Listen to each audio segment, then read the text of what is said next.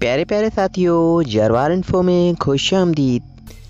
कैसे हैं आप सब? उम्मीद है आप सब ठीक होंगे। प्यारे साथियों, इस वीडियो में हम आपसे पूछेंगे इंतहाई दिलचस्प और मालूमाती सवालात और पहेलियाँ जवाब देने के लिए है 5 सेकंड का टाइम।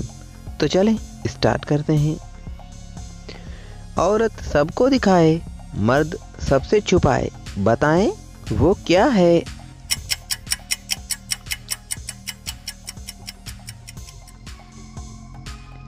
जवाब परस।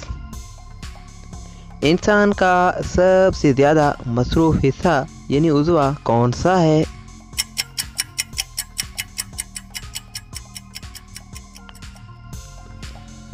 जवाब दिल।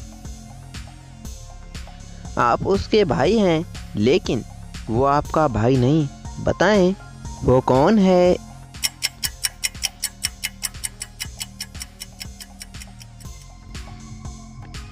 जवाब आपकी बहन।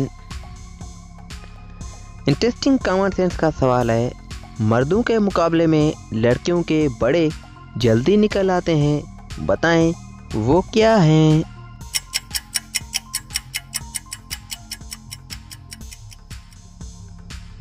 जवाब आंसू।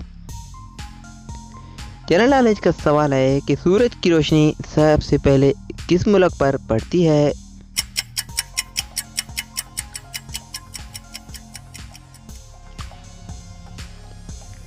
जवाब जापान पर।